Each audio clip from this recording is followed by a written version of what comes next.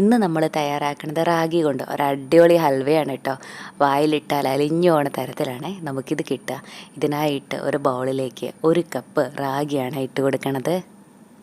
ഇനി നമുക്ക് നമ്മുടെ റാഗിയൊക്കെ നല്ലപോലെ ഒന്ന് കഴുകിയെടുത്ത ശേഷം 6 മണിക്കൂർ നേരം വെള്ളത്തിലൊന്ന് കുതിരാനായിട്ട് മാറ്റി വയ്ക്കാം. നമ്മളിത് രാവിലെയൊക്കെയാണ് തയ്യാറാക്കണതെങ്കിൽ നമുക്ക് രാത്രിയിൽ തന്നെ വെള്ളത്തിലിട്ട് വയ്ക്കാവേ. ഞാനിതിപ്പോൾ കുതിരാനായിട്ട് മാറ്റി വെച്ചിട്ട് 6 മണിക്കൂറായി. ഇനി ഇത് നമുക്കൊന്ന് അരച്ചെടുക്കാനായിട്ട് മിക്സി ജാറിലേക്ക് ഇട്ട് കൊടുത്ത ശേഷം 3/4 കപ്പ് വെള്ളം കൂടി ഒഴിച്ചിട്ട് നല്ലപോലെ ഇതൊന്ന് അരച്ചെടുക്കാം. ഇനി ഇതാ നമ്മൾ ഈ അരച്ചെടുത്തിട്ടുള്ള റാഗിയിലേക്ക് 2 കപ്പ് വെള്ളമാണ് കേട്ടോ ഒഴിച്ചു കൊടുക്കണത്. ഇനിതാ നമ്മുടെയൊക്കെ വീട്ടിൽ ഇതുപോലത്തെ വലിയ അരിപ്പ ഉണ്ടാവില്ലേ, ഇതിൽ കൂടെ നമുക്ക് ആദ്യം ഇത് നന്നായിട്ടൊന്ന് അരിച്ചെടുക്കാം. നമുക്ക് ഈ റാഗിയുടെ പാല് മാത്രം മതിയേ. ഇത് നമുക്കിനി കളയാം. ഇനിയും ഇതിൽ കുഞ്ഞു കുഞ്ഞു തരികളൊക്കെ ഉണ്ടാവും. അപ്പോൾ നമ്മുടെ വീട്ടിൽ ചായയൊക്കെ അരിക്കണ കുഞ്ഞരിപ്പ ഉണ്ടാവില്ലേ, ഇതിൽ കൂടെ ഒന്നും കൂടെ നമുക്കിതൊന്ന് അരിച്ചെടുക്കാം. നമ്മുടെ ഈ ഒരു ഹൽവ തയ്യാറായി വരണ സമയത്ത് നല്ലപോലെ സോഫ്റ്റായിട്ട് വരാനായിട്ടാണ് നമ്മളിത് 2 പ്രാവശ്യം അരിച്ചെടുക്കണത്. ഇത് മൊത്തം 3.5 കപ്പാണ് കേട്ടോ നമുക്ക് കിട്ടിയിട്ടുള്ളത്. ഇനി അടുത്തതായിട്ട് നമുക്ക് എടുക്കേണ്ടത് തേങ്ങാപ്പാലാണ്. ഞാൻ 2 കപ്പ് തേങ്ങ കുറച്ച് വെള്ളം കൂടി ഒഴിച്ചിട്ട് മിക്സിയിൽ നല്ലപോലെ ഒന്ന് അരച്ചെടുത്തു. അതിനുശേഷം അരിച്ചെടുത്ത് വെച്ചിട്ടുള്ളതാണ് കേട്ടോ ഇത് മൊത്തം 2 കപ്പാണുള്ളത്. നമ്മളിത് ഇതുപോലെ തേങ്ങാപ്പാലും കൂടെ ചേർത്തിട്ട് നമ്മുടെ ഈ ഒരു ഹൽവ തയ്യാറാക്കുകയാണെങ്കിൽ കഴിക്കാനായിട്ട് ഒന്നും കൂടെ നല്ല ടേസ്റ്റ് തന്നെ ഉണ്ടാവും. ഇനി നമുക്ക് നമ്മുടെ ഈ ഒരു ഹൽവ തയ്യാറാക്കാനായിട്ട് നമ്മൾ റാഗി അരിച്ചെടുത്തിട്ടുണ്ടായിരുന്ന ആ ഒരു പാലില്ലേ, അത് നമുക്ക് ഈ കടായിലേക്ക് ഒഴിച്ചു കൊടുക്കാം. ഇനി ഇതിലേക്ക് നമ്മൾ മാറ്റി വെച്ചിട്ടുണ്ടായിരുന്ന നമ്മുടെ തേങ്ങാപ്പാലില്ലേ, അതാണ് ഒഴിച്ചു കൊടുക്കുന്നത്. കൂടെ തന്നെ 1.5 കപ്പ് ശർക്കരയും കൂടെ ഇട്ട് കൊടുക്കാം.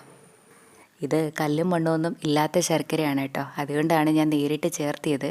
നിങ്ങളെടുക്കുന്ന ശർക്കരയിൽ കല്ലും മണ്ണൊക്കെ ഉള്ളതാണെങ്കിൽ അത് കുറച്ച് വെള്ളം കൂടി ഒഴിച്ചിട്ട് ഒന്ന് പാനിയാക്കി എടുത്ത ശേഷം അരിച്ചിട്ടൊഴിക്കാനായിട്ട് പ്രത്യേകം ശ്രദ്ധിക്കണേ.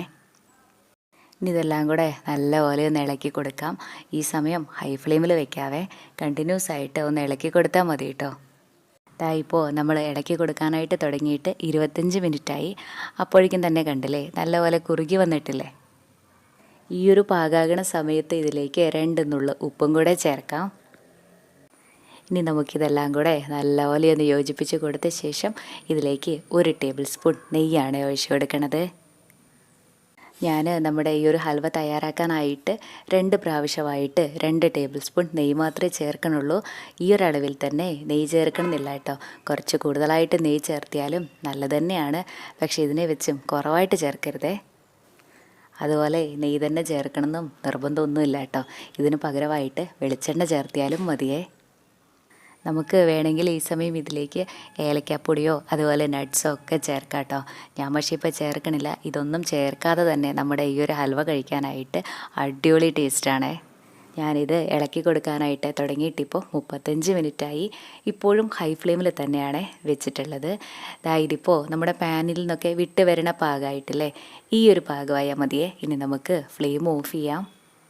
ഇനി ഇത് നെയ്യ് തൂത്ത് കൊടുത്തിട്ടുള്ള ഒരു പാത്രത്തിലേക്ക് മാറ്റാം. ഇനിയൊരു സ്പൂണോ സ്പാച്ചിലോ വെച്ചിട്ട് നമുക്കിതൊന്ന് ലെവൽ ചെയ്ത് കൊടുക്കാം. അല്ലെങ്കിൽ ഇതുപോലെ ഒന്ന് ആക്കി കൊടുത്താൽ മതിയേ. ഇനി ഇത് നമുക്ക് തണുക്കാനായിട്ട് ഒന്ന് മാറ്റി വയ്ക്കാം. കുറഞ്ഞത് 2 മണിക്കൂറെങ്കിലും ഒന്ന് മാറ്റി വയ്ക്കണേ. ഇപ്പോൾ ഇത് നല്ലപോലെ തണുത്തിട്ടുണ്ട്. ഇനി നമുക്കിത് കട്ട് ചെയ്തിട്ടെടുക്കാം. നമുക്ക് എത്ര വലുപ്പം വേണോ അതിനനുസരിച്ചിട്ട് കട്ട് ചെയ്തെടുക്കാവേ. കട്ട് ചെയ്തെടുത്ത് കഴിഞ്ഞാൽ ഒരു പ്ലേറ്റിലേക്ക് ഇതുപോലെ ഒന്ന് കമഴ്ത്തി കൊടുത്താൽ മതി. ഇത്രേ ഉള്ളൂ നമ്മുടെ റാഗി കൊണ്ടുള്ള ഹൽവ. വായിലിട്ടാൽ അലിഞ്ഞു പോണ തരത്തിലാണ് കേട്ടോ നമുക്കിത് കിട്ടുക. നമ്മളിത് തേങ്ങാപ്പാലും കൂടെ ചേർത്തിട്ട് തയ്യാറാക്കിക്കൊണ്ട് തന്നെ കഴിക്കാനായിട്ട് ഒരു പ്രത്യേക രുചിയാണ് കേട്ടോ. ഇതുവരെ റാഗി ഹൽവ ഇതുപോലെ തയ്യാറാക്കി നോക്കിയിട്ടില്ലെങ്കിൽ ഒരു പ്രാവശ്യമെങ്കിലും ഇങ്ങനെയൊന്ന് ചെയ്ത് നോക്കണേ. എന്നിട്ട് അഭിപ്രായം പറയാനും മറക്കല്ലേ. താങ്ക്